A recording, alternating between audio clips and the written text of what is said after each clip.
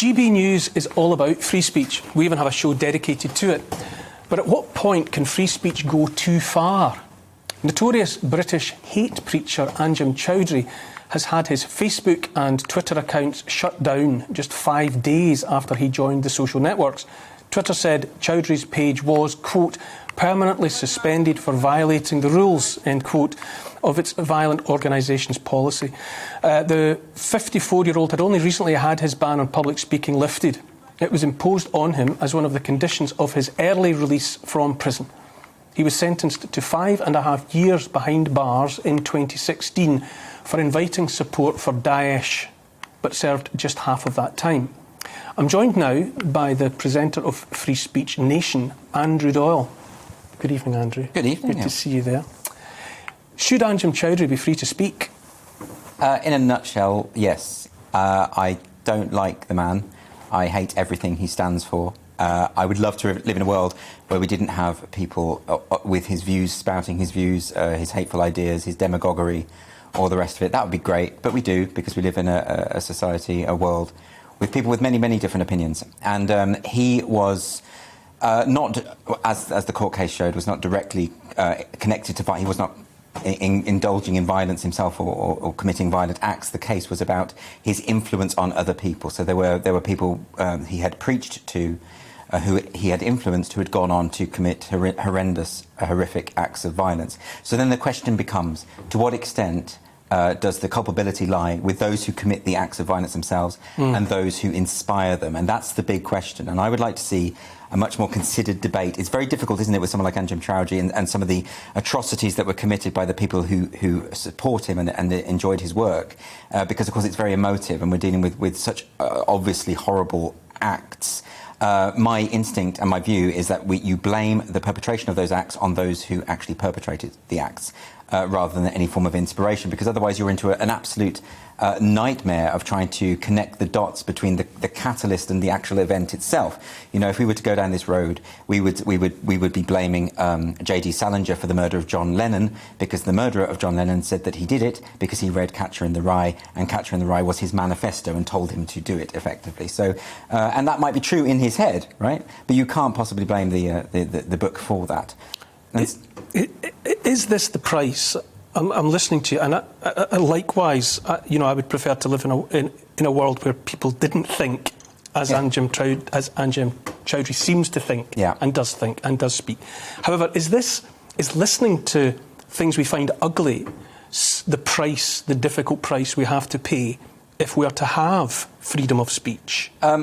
Partly. I mean, I think in his case, a lot of the arguments that he's promoting, that argument has been won. It's a very, very fringe view. I mean, the idea that someone in the UK would support ISIS is just alien to virtually everyone, and certainly the vast majority of Muslims would be horrified by that suggestion. So he's not representative of a community. He's representative of a very fringe mindset and a very ugly mindset. But if we want to preserve our freedom, and if we want to live in a society where the state cannot just simply lock you away because they don't like what you say, we have to protect freedom for everyone, even those we find utterly rebarbative. In this case, the principle is bigger than the man, right? It's not to do with whether Anjem Choudary gets to spout his nonsense wherever he wants, which in a free society he can. The question is, do we want to set a precedent whereby the state gets to determine what can and cannot be said, the parameters of freedom of speech? And I certainly know enough about history to know that that's not a power that you want to extend to any state.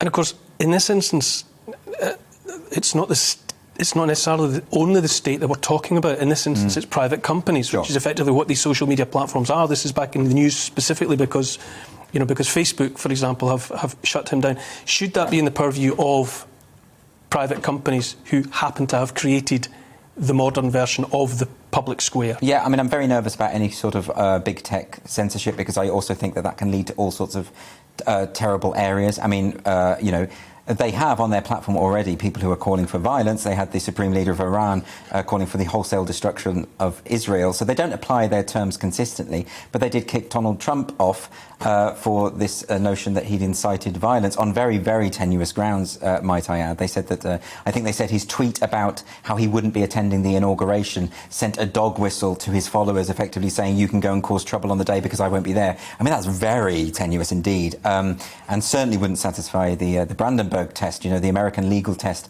for incitement to violence. I think if Anjem Choudary is on these platforms and he does pass that test and he is explicitly calling for violence, then Twitter and Facebook would be well within their rights to remove that content. But they should do that they should apply that consistently to absolutely everyone, and they don't.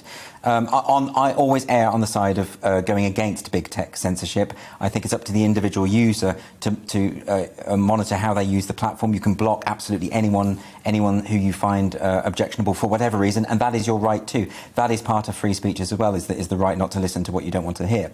So it's a bit more of a complicated one because, of course, they are private companies. They are entitled to do whatever it is they want.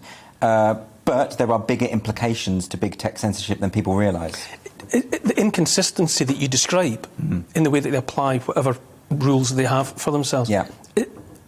Should we interpret that purely as incompetence? Is it an inability to cope with the sheer volume of material? Right, it's very difficult because the big tech companies, to be fair, are under enormous pressure from governments.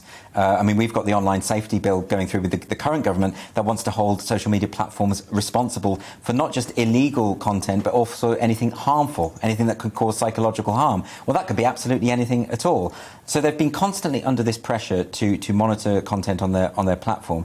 At the same time, the Silicon Valley tech giants are dominated by a particular ideological worldview, and that is dominated by identity politics. And they certainly apply their terms of service in terms of that ideology. They do it again and again. So you'll often find that gender-critical feminists have their accounts nuked on Twitter or Facebook simply because the people in Silicon Valley, those thousands of people who are paid to monitor content, just don't agree with the opinion. And because their terms of service are so nebulous and open to endless interpretation, they can do it and they can get away with it and no one can do anything about it. So if it were the case that they were just removing illegal content, that would be one thing, and that would make sense. But they are not. They're deliberately applying their terms differently for ideological purposes, and that's why I don't think they can be trusted.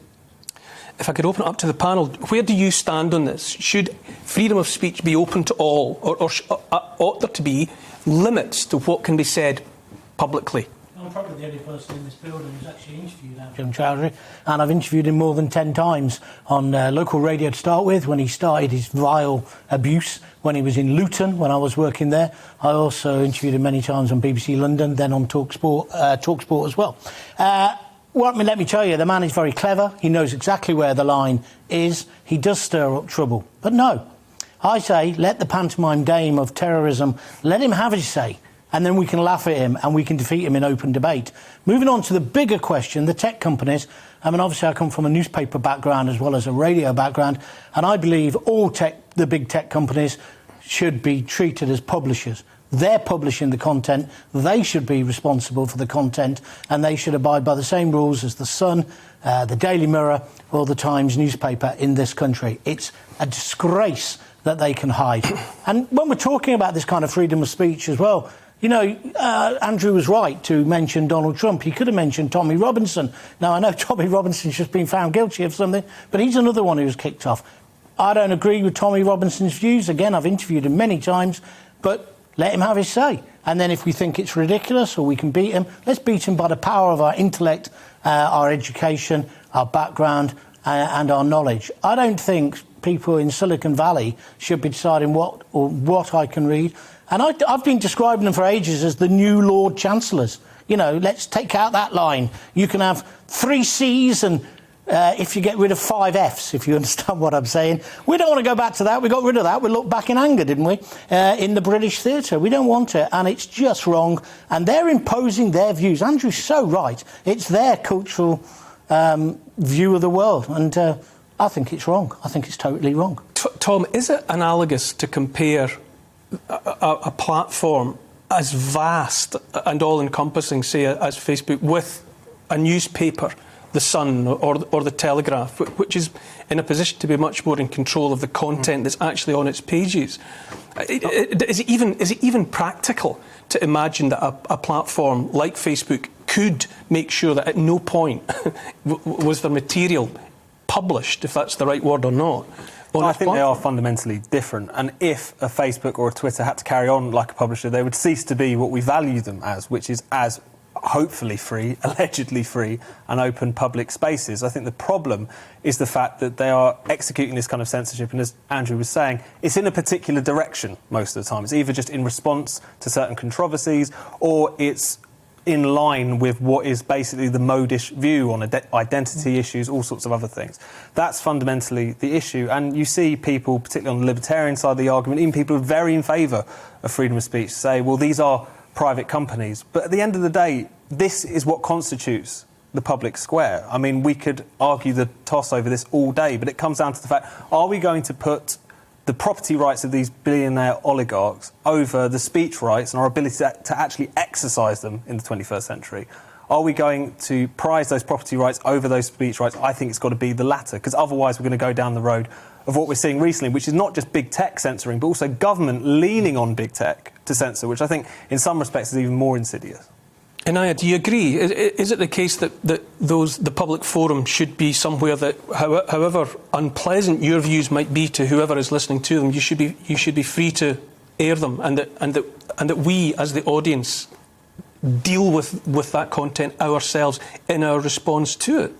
Yeah, I think I would echo most of the things that have already been said. I think the challenge or the difficulty that I have with many of these big tech companies is the inconsistency in the application of their processes and the lack of transparency and accountability. They're not democratically overseen. Oftentimes you can't really appeal decisions. So I think that's where the difficulty comes from. I have no problem with them having a broad ethos or rules in terms of, you know, what is and is not acceptable on their particular platform, but it is the inconsistency. But yeah, I would be sceptical of this idea that this is the kind of new public sphere, and I think that that's a demonstration of how diminished our public life is. If social media companies who are incredibly skewed generationally, many people aren't on those social media companies, the way that people behave in it, they have certain algorithms that exaggerate certain ideas and diminish other ideas. And so if this is the kind of domain to which we should increasingly accept political conversation and discussion is going to be filtered through, then I think that's incredibly unfortunate. So what I would like to see is much more effort,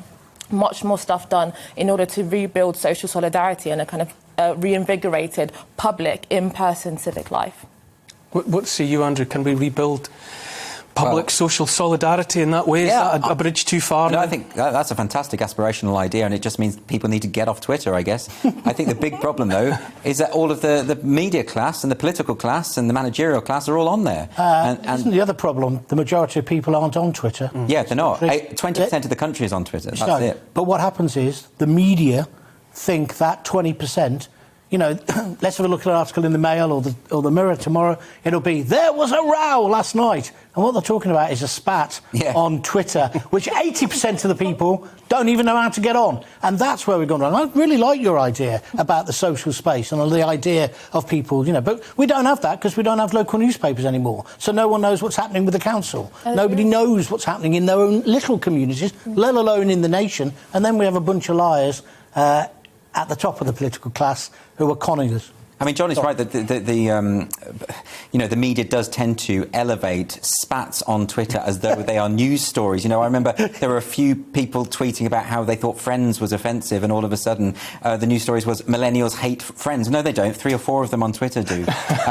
You know, this is continually my beef with the way that this works. But I do think the reality is, unfortunately, that politicians presently, they try out a lot of their ideas on social media and they interpret the reaction they get as being reflective of society at large, even though it absolutely isn't, and that's why the polls are always wrong, you know, for one thing. Do you know where this started? It started with Alistair Campbell and Tony Blair, where they reacted to the headlines in the Sun and in the Mail in the morning, and then policy was changed in the afternoon. It started there, but it's gone on right through the political class now, and that is the problem. Now, the newspapers no longer have that kind of power. You know, this story of, you know, Kelvin's famous front page with the last person in Britain turn off the light for Kinnock. That didn't win the election. Rupert Murdoch didn't win the election. He jumped on what he thought was the winning horse. But that has all changed now. Those tabloids had immense power.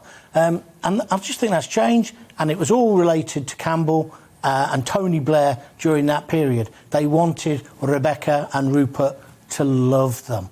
And it's just ludicrous, and it's just carried on and on and on, which is why Keir Starmer, no doubt, every time he says anything, the next thing he does is look at his mobile phone to see if Twitter... Do you see what I'm trying to get at? We are a little bit at risk, though, I think, of diminishing the power of some of these corporations at the same time. Which is not to say, of course, Twitter isn't the real world. But, there's 2.7 billion regular monthly users on Facebook. This is nothing to be sniffed at. No, I agree. If we think about something like YouTube, it's basically the premier means through which, if you create videos or short films or whatever, that you could get that out really to a market and across the world. So if we allow that to be controlled, that is a problem, regardless if we want to aspire to get... Thank you, panel. I think that's a good... Got to move on. Thanks, panel. Thank you very much, Andrew.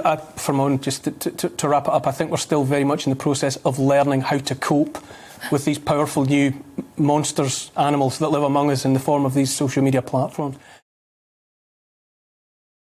Welcome to the GB News YouTube channel. You can watch us live 24 hours a day, catch up on your favourite shows and join in the conversation in the comments below. Don't forget to subscribe and you'll never miss any of our exclusive content.